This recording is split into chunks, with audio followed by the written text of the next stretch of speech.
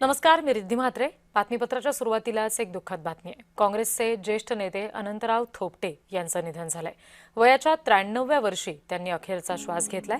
दीनानाथ मंगेशकर रुग्णालयामध्ये त्यांच्यावर उपचार सुरू होते, मात्र अल्पशा आजारानं त्यांचं निधन झालंय. अनंतराव थोपटे पुण्यातील भोर विधानसभा मतदारसंघाचे माजी आमदार होते. भोर विधानसभा मतदारसंघाचं त्यांनी अनेक वर्ष नेतृत्व केलं. प्रतिनिधी प्रीतम पुरोहित या संदर्भात आपल्याला आणखी तपशील देतात. प्रीतम.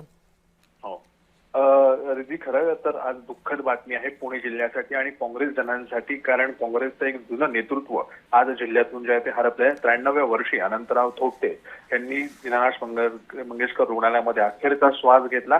ते पुण्याचे पालकमंत्री देखील राहिलेले आहेत आणि 90च्या दशकात राष्ट्रवादी स्थापन झाल्यानंतर त्यांनी विधिमंडळाचं गटनेतेपद आणि जिल्ह्यामध्ये राष्ट्रवादी वाढवण्याचं काम केलं. सुधाकर राव नाईक असतील, त्याच्यानंतर वसंतराव नाईक असतील, यांच्या मंत्रिमंडळामध्ये ते गेले 14 वर्ष विविध खात्यांचे मंत्री देखील राहिलेले आहेत. त्यांची व्हिडिओ ही पोस्टिंग होती आणि तिथूनच बारामतीची सुरुवात झाली.